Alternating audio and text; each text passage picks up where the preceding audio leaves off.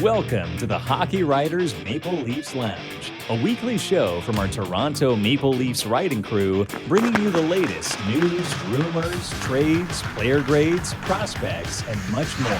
From training camp to the playoffs, from draft day to the trade deadline, our team covers everything that happens with the blue and white. Come on in and pull up a chair. Welcome to the Maple Leafs Lounge. Hello and welcome back to the Maple Leafs Lounge. I am your host, Peter Baracchini. As always, I am joined by my colleague and fellow Maple Leaf writer over at the Hockey Writers. Alex Hobson is back in the lounge after probably a great R&R relaxation vacation. How are you doing, buddy? How was it? It was awesome. Thanks for asking, Peter. Yeah, I was out in producer Matt's neck of the woods for the past week.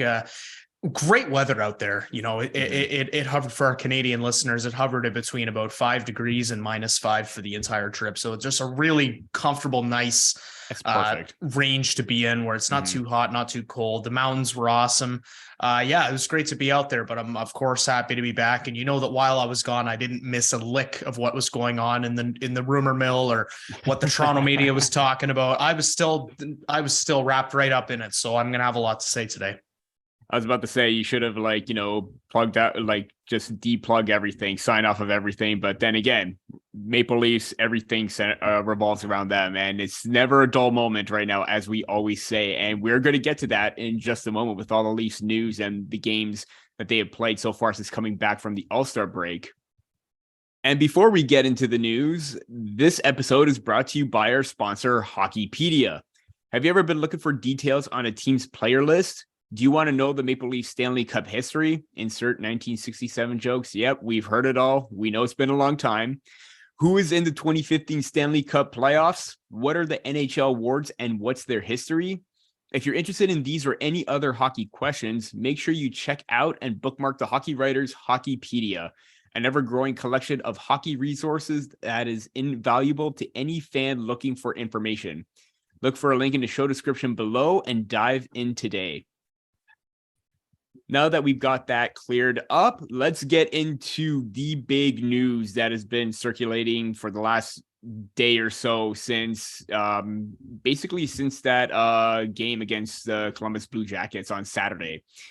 Beforehand or during the game, there is a lot to unpack with this. So bear with us for a moment. So during the game at around 8:20, 8:30, Hockey News' Mike Stevens tweeted out Leafs up their interest in Jakob Chychrun over the course of this past week. Per source, they're one of the teams in active pursuit. Literally at the second intermission, when the Jakob Chychrun news was revealed that he was sitting out of their game due to trade-related reasons, Jeff Merrick came out and shocked Maple Leaf fans, saying that the Maple Leafs aren't in on Jakob Chychrun, but there are multiple sources, multiple media personalities saying different things right now, so we don't know what is going on, Alex. From your perspective, I know there's a lot to unpack, but what are you making of the Chychrun rumors, whether the Maple Leafs are pushing hard for him or whether they're not involved? What I make of it is that I've learned to never trust what insiders say ever again. And no offense, because I know that the insiders can be our best friend and they can also be our worst enemy. But yeah, I don't think I've ever read more conflicting reports about anything since I started watching hockey. I've never read one person saying Leafs are fully out on Chychrun, one person saying Leafs are the front runner for Chychrun, someone else saying, oh, the Leafs and this other team are interested, and another insider saying, oh, well, the Leafs were interested, but then they're not, and now they are. It's just, you can go down and down and down the list. You already named off a bunch of people who talked about it. I'm at the point where I just want this trade to happen so we can stop talking about it, whether it's to the Leafs or somewhere else, because he's been in the rumor mill for well over a year now. And there's always been this speculation of, the Coyotes are going to move Jakob Chychrun. Is this an off-season move, something that we might not get at the trade deadline because it involves such a big piece? It's just been nonstop speculation for the past month and a half. And at this point, I can confidently say that I'll be indifferent where he ends up unless it's with Toronto, in which case, of course, I'll be pretty jacked about it. Or in the event that he ends up with the Boston Bruins, I don't think, whether you're a Leaf fan or you're a reporter covering the team, Boston doesn't need to get better. I think everyone can agree on that, unless you're a Bruins fan. So ideally, he doesn't end up in Boston, but that's all I can really take away from this is, just so many insiders, so many rumors. I just want it to happen already. Yeah, in regards to the Bruins, if they didn't give up Lysell for Horvat, if they didn't extend him, I don't see them possibly moving Lysell in order to get Chychrun. But then again, the Boston Bruins are in first place.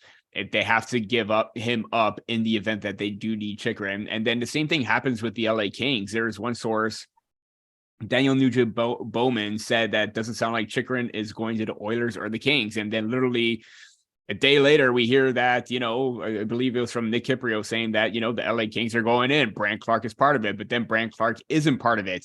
So it's like, again, who do we believe at this point? Because it just seems like everyone is holding. I think right now, like, based on everything that was happening, I just don't see any team going out there and saying, yeah, we're not in, we're not out. I don't think teams would be doing that for a big name like Chychrun. I think everyone wants to put in their best possible offer for this defenseman because he is ideally the full package, offense, defense, some physicality because he's got the size to block players out. But at the same time, it's just a world of crazy right now. We don't know what to believe because, again, conflicting reports. And usually there's always whenever a source comes out, it's always to the point. But with teams being so close, having that poker face right now, they don't want to be the ones to say, hey, we're not technically in the running or we're not technically out of it. Everyone still, basically every playoff team has a chance to get Chychrun, including the Maple Leafs, because I think they still do have assets to make in order to acquire him. Yeah, I think, I like that you mentioned the fact that GMs don't really want to be saying if they're interested in these players or not, because, I'll admit at first when I was sitting there absorbing those reports over and over saying, Leafs could be interested in Chychrun, and then the Mike Stevens tweet you quoted there where he said, Leafs have upped their interest. After sitting through that, and then to have Jeff Merritt come on at second intermission to be like, yeah, we can confirm the Leafs are not interested in Chychrun, was a little bit of a buzzkill at first. However, after I got over that feeling about 5 seconds later, I was like, wait a second. Why would Kyle Dubas, or why would any general manager for that matter, tell the media, hey, we're interested 5 minutes in this out guy. of their day? Yeah. Because if Jeff Merrick finds out, somehow gets the scoop from Kyle Dubas that, the Leafs are interested in Jakob Chychrun, all of a sudden the price is 3 first-round picks and Matthew Nyes, right? Yeah. So, it's just one of those things where I can't see GMs really wanting to, publicly admit that they're in on somebody because, who knows what that does to the price. So I think it's just one of those things where we got to sit back and wait and just see what happens because, the more we talk about it, I think the less of an idea any of us are going to have about what's going on with this guy. Definitely is nerve-wracking. And there's only 2 more weeks of all the speculation and rumors, or at least in Jakob Chychrun's case, maybe in the next few days, because if he's being sat out for a second straight game, chances are there is something in the works, but we don't know because we don't know what teams are actually involved at this point.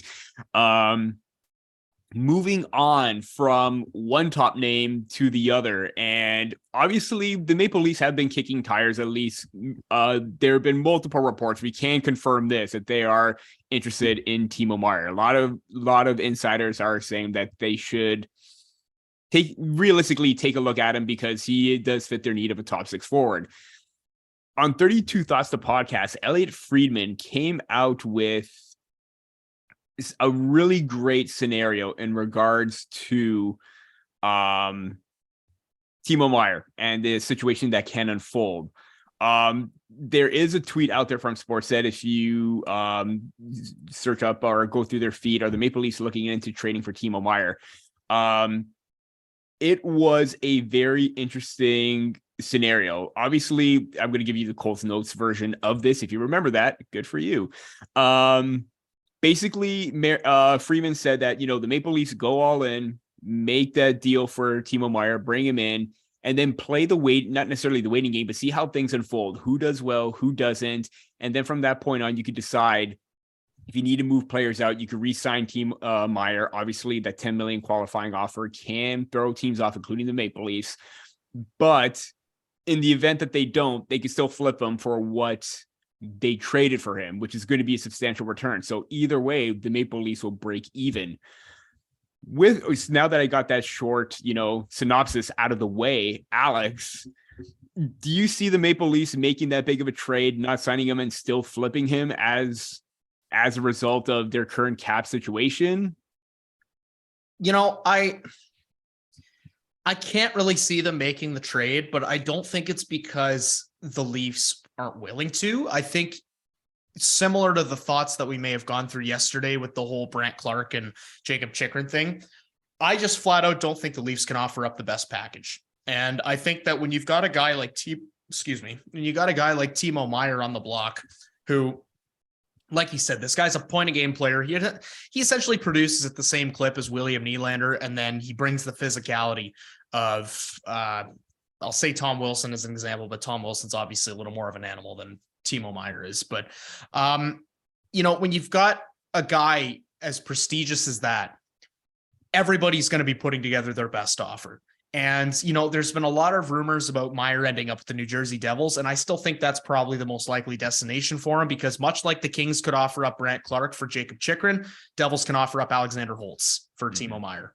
Or a piece of that, like, hell, if it's Blue Hughes, maybe they offer up that. I don't think they go that far, but either way, the Devils are in that perfect stage of the rebuild where, they're in a sense, they're kind of like the 2016-17 Leafs where, team didn't have a lot of expectations, but they're doing really, really well. They're exceeding expectations. And now they're kind of riding the buyer's high of like, hey, we're not rebuilding anymore. Now it's time to upgrade, to use our prospects to upgrade. And when a big name like Timo Meier's out there and they've got the assets to trade for a guy like him, I see it being most likely that he ends up with the Devils. Having said that, I do think the Leafs would be willing to make that kind of a trade for Meier. It's just a matter of, would they be willing to take Matthew Knies and a first round pick and maybe another prospect involved over Alex Holtz and a first round pick and someone else from the Devils, right? Like, I think the Leafs would be willing to make this deal because, like you said, worst case scenario, if they can't afford him,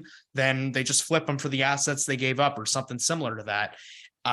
So I think that the Leafs would be into it, but I just don't know if they can offer up the best package right now. Yeah, you mentioned how the Devils have the draft capital and the LA Kings, but also the Devils have a number of UFAs this season coming up that would likely force them to probably extend Meier. Thomas Tatar, $4.5 million gone. Miles Wood, 3.2. Eric Holla, 2.37. David Severson, 4.1. So there's a lot of space built up for that. I think even Jesper Bratt's contract is up, isn't it? He's an RFA, so he's still under team control. Mm-hmm. Yeah. So they do have other options, or they have the space willing to do that. But if you, again, similar going back to the Maple Leafs, in this situation, because they still can get that decent return if they do trade for him and then flip him again before the draft, what have you. I don't think giving up Matthew Knies for a short-term rental player is the ideal situation. In the event for Jakob Chychrun, it's a different scenario because you're having 2 more years of control for him. At that point, Matthew Knies may still be developing, still trying to get his feet wet. He could pan out right away in the NHL. He could be in the Marlies for another 2 seasons. We don't know. But that's the uncertainty. At least you have an established defender. If you're giving up Knies for Meier, basically, power forward for power forward, but you can't extend them, and then you trade for somebody else in another area of need, then you've given up 2 power forwards or players with top 6 potential, which is going to be very problematic because you know how many Leaf fans out there, they're like, oh, Kyle Dubas doesn't draft players with size or physicality. They need a power forward. And then lo and behold, you have one right now. We trade him for another power forward, and then you don't have a power forward next season in the top 6. So kind of the, damned if you do, damned if you don't kind of situation, because you don't know what's going to happen. There's a lot of unpredictability with that. Yeah, and that's the main thing is, Matthew Knies is far and away the Leafs' most valuable trade chip right now that isn't a first round pick, really. And I don't think the Leafs want to be trading him unless they know for sure that they'll be able to, one of these many situations, whether they're going to be able to trade for Timo Meier and extend him, or whether they end up trading for him and they can't extend him, but they can recoup the assets. Like, I don't think the Leafs, bottom line, they don't want to find themselves in a situation where, they trade for Timo Meier, they give up someone like Nyes, Meier leaves at the end of the year, signs somewhere else, someone who can better afford that qualifying offer. And now the Leafs are without Meier and Nyes, and God forbid if it's after another first round loss, right? So Exactly. I think where it stands right now, I don't think, this is like this whole show is speculation, right? Like, we're not, you and I aren't in the dressing room. We're not one of the insiders. We're not in a group chat with Elliot Friedman and Frank Saravalli or anything like that. But, I think you can agree that the sense around them right now is that I feel like they'd want to go after Meier. I feel like they'd want to make that trade. I feel like they'd be willing to give up the necessary package. It's just, there's a lot of moving parts to him as a trade target. So. And history too. I think that's the one thing holding them back too. Dubas has made good trades and moves, but then again, there are ones that have backfired. And concerning that he's technically without a contract, he doesn't want to be making that kind of deal, especially for a rental. And again, you're moving I would only move a top prospect line eyes if it's only for term and a player coming back. And unfortunately, Timo Meier just isn't that. As we reach the halfway point of our show, this episode is brought to you by Sports Fan Side Hustle, a new digital course that teaches passionate sports fans how to make a lucrative side income off of their love of the game. Get off the sidelines and into the game with a course that will teach you more than 14 different and easy to start methods any sports fans, even ones with little to no experience in writing, podcasting, video production, collectibles, or marketing, can use to make a steady part-time or full-time income. All you need is the internet, a computer, a passion for sports, and a few hours a week. Go to sportssidehustle.com to get the absolutely free startup guide that will explain 4 keys to unlocking this income opportunity. Again, that's sportssidehustle.com, and get started today. As we move into the second part of our show, we go from rumors to actual hockey being played, and the Maple Leafs are back on the ice, 2 games played, both with different outcomes coming off the bye week and the All-Star festivities. It's not so much the first game that's the issue, because they had a very great game with their return because of the fact that, one, they actually played relatively well against a team that's at the bottom of the standings until you go into Saturday.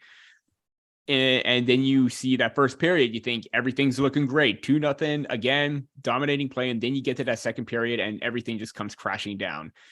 Alex, Maple Leafs lose 4-3 after a 3-0 win on back-to-backs against Columbus.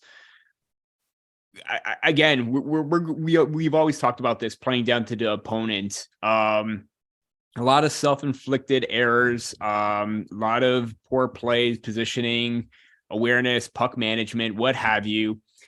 What is with this team and just not living up to expectations against lower seeded teams like Columbus, like Ottawa, like Montreal right now? Well, Peter, I hate to say it, I didn't have an answer last time you asked me this question. I didn't have one back in October, and I didn't have one after last season.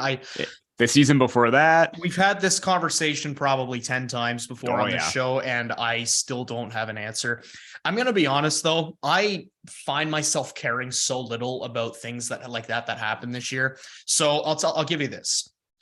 As a hockey fan and as somebody who just supported the Leafs for most of my life and has followed the team for most of my life, it's frustrating to see them continue to make these efforts when you know that you've got Tampa Bay behind you and they have games in hand and they're only 2 points behind you. You know that, Boston, for as far as reach as they might seem, if the Leafs win, if they win on Saturday, if they win one of their games against Montreal and one of their games against Arizona, all of a sudden they're only 6 points rather behind Boston, right?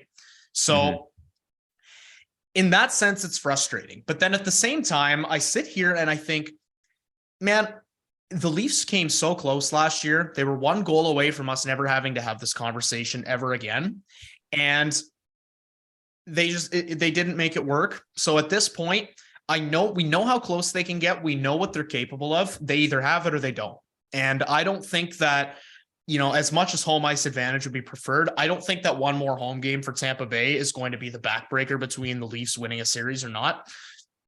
They've had so many kicks at the can at this point. They either have it in those 7 games or they don't. And, as much as they're playing down to opponents is affecting the standings right now, I'd feel probably the same amount of confidence in these guys in the first round, whether they were a second wildcard team barely scraping in to play the Bruins, or if they were in first place and facing a team like, say, the Islanders or the Capitals, or where they are right now. My opinion wouldn't change because we've seen the Leafs take the back-to-back defending cup champions to 7 games, and we've seen them come within 1 goal of taking them down.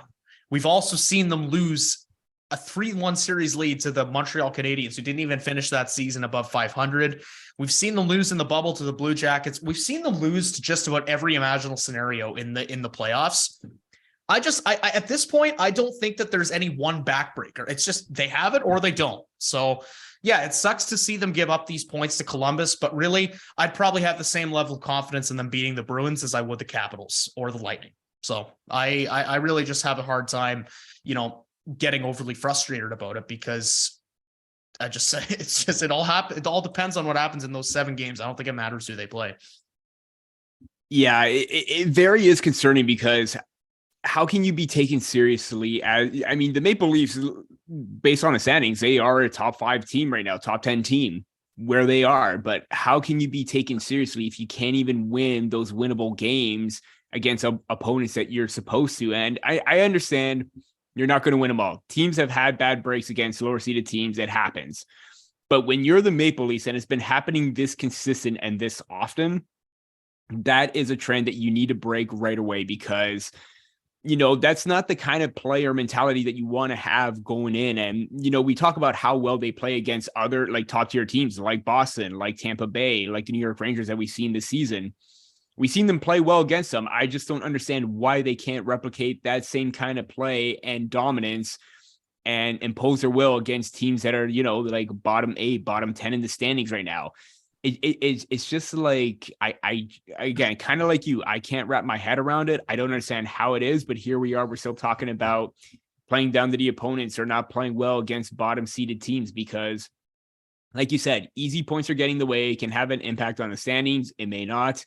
But then again, it's something that needs to be addressed. And, coincidentally enough, it kind of ties into our next point right now, where Sheldon Keefe basically called out his team based on that effort in the second period. He said that, Engvall's line didn't have a great night, considering that they were the best line the night before. Engvall kind of had that, little soft clearing attempt that, led to Boone Jenner's first goal and, the comeback happening for the Blue Jackets. And then you have, Justin Hall in front of the net where Kent Johnson just bullies his way through, comes in unaware, and then just, whether you like the high sticking goal or not, it counted as a game-winning goal. But we're not here to talk about that. We're here to talk about Sheldon Keefe and his comments, basically calling out the team's effort and consistency in that second period. Alex, this isn't the first time that Keefe has done that. I'm pretty sure I know what your answer is maybe for this, but is he in the right for calling out his players' effort, especially in a game where you were up 2-0 and you controlled and dominated from the very start of the puck drop? Yeah, he was in the right. He's the coach. Absolutely. Your players aren't playing well. You got to call them out like that and humble them a little bit. And, we've talked on this show a couple times this year about how this year the Leafs in general have been, they've generally been, regardless of what you think they're going to do in the playoffs or what, if you think the team's built properly or whatever, you can't deny that the Leafs have gotten better this year.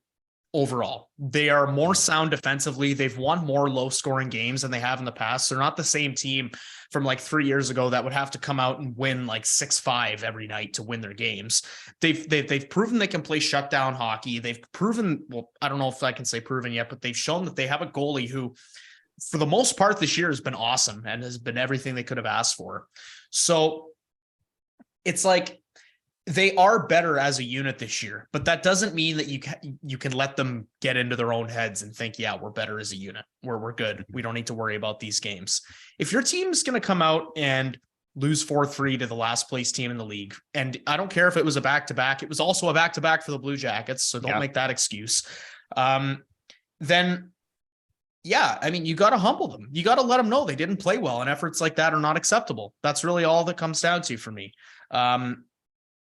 I just it's at a point where I think you just got to keep letting the team know that it's not acceptable, because what else can you say at this point? If like we've been talking about this for probably 3 years, going on 3 years now, and it's just things haven't changed. They keep coming out and playing bad against these opponents they should be handling with ease. So I think the Leafs just really got to start approaching it with the mindset of, do you see what happens in the media, and do you see how the city reacts when we lose a game like this? Mm-hmm. If you're an outside team like the Blue Jackets or the Habs or the Sens or the Coyotes or the Blackhawks or any of the bad teams in the league, if you see what the Toronto media does to the Leafs after they lose a game like that, even if you have no pride, nothing to play for, why would you not want to do everything possible to beat the Leafs in that game?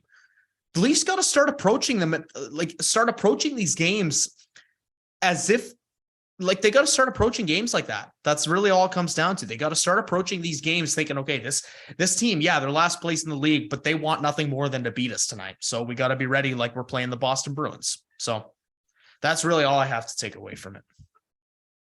Yeah, it's some of his comments were very, eye-opening too. According to based on what Mark Masters tweeted out, I got outworked, outplayed. You guys talk to the players. I'm sure you ask them the same questions. I can't do the work for them. And that to me is very striking, because this is Keefe saying, you know what? This is all on you right now. This is whether you got to show that you want it and play that consistency, or play with that consistency and play for a full 60 minutes to try and get that win. Because the advantage was them throughout for 20 minutes. And right now you start to get a sense of where the mentality is with this team right now, because it just seems like they when they can let their guard down very easily. And what's interesting enough for me is just that how you can have that kind of effort on the Friday night, play well for 20 minutes, and then just lose it all in 20. That to me just shows that maybe they aren't, maybe prepared for these types of situations as we had hoped or thought. But I just don't get it, man. I'm glad that Keefe called them out and say, hey, you got to want this, because, hey, listen, there are going to be games down the line where, these type of moments are going to be crucial indicators in a game, and you got to show that you want it. You got to be smart with your passes, your decision making, and not give them any opportunities, because you literally get a sense of where things started to change for the Maple Leafs. I mean, if you look at the heat map on Friday night on Natural Stat Trick, advantage Maple Leafs in the high danger area, and they capitalized on 2 goals. You go to the Saturday game and you literally start to see where things went south. You see the first period, everything was going Toronto's way for the game flow. And then everything advantage went to the Columbus Blue Jackets. And, despite Toronto having an advantage in high danger chances, the Columbus Blue Jackets, or they outworked the Columbus Blue Jackets in terms of high danger chances, but the Blue Jackets managed to score 4 goals in that home plate high danger area. So yeah, Toronto outworked them, but Columbus took advantage of their mistakes and made sure that they made them pay. And that's something they got to clean up within their own zone, because we've seen them improve defensively. It's just that consistency isn't there at certain points. And that was one of those games. Yeah, I couldn't agree more. The consistency is a big part of it. And that's really all you can say. They need more consistency in that regard, because it was nice to see them come out and beat the last place Blue Jackets on Friday night, play a convincing game. That's how those games should go. And just like clockwork, they lost on the Saturday on the same amount of rest the Blue Jackets had. So more consistency is a must. One quick rapid fire question before we go, Alex. And this, again, it kind of ties into this whole second half of, playing down to your opposition, playing well and playing smart within your own zone.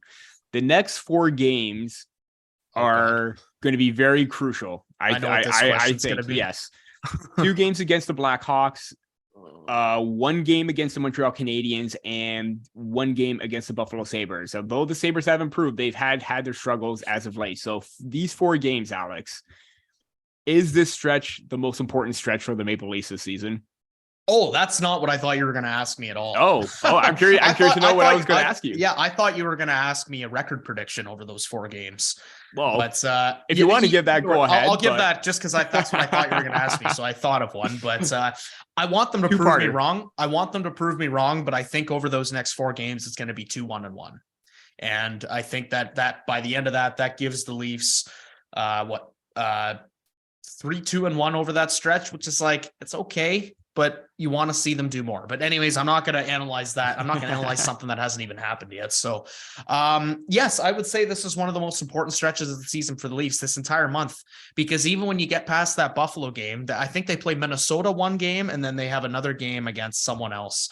Minnesota, Kraken, and Oilers are the next 3 games after that. So the Kraken are having a good season, credit to them. The Oilers are sort of in the same, well, not in the same position, but the Oilers are in a position where they're still sort of on the outside, not on the outside looking in, but they're in the wild card. They're not leading the Pacific like a lot thought they would be. So it's an important stretch because we know the Leafs can beat the good teams, but if you really want to gain ground on Tampa, you've got no standings threats this month.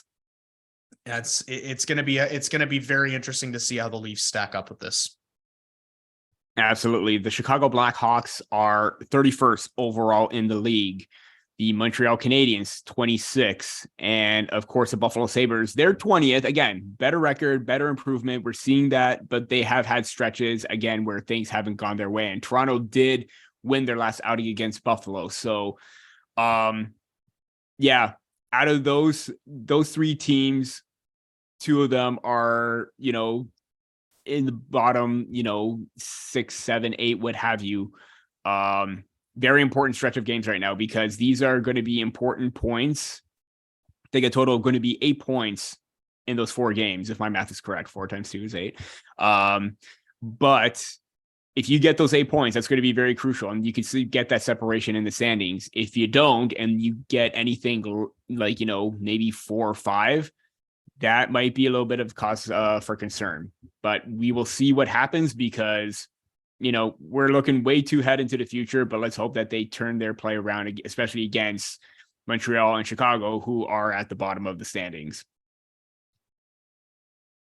That does it for this episode of Maple Leafs Lounge. Once again, be sure to check out the Hockeypedia page. You will see a link in the show description to check out all information of any type of question that you want, players, rosters, stats, you name it, over at the Hockey Writers. That is going to be our main page for your source of information, as well as sportsidehustle.com. Try to earn some more extra money on the side by, making a steady part-time or full-time income for, video production, collectibles, marketing, what have you. The decision's up to you. You can check that out for the free startup guide down below, as well as Hockeypedia once again. That is it for this episode of the Maple Leafs Lounge. For Alex Hobson, I'm Peter Baracchini, and we'll see you next time on the Maple Leafs Lounge.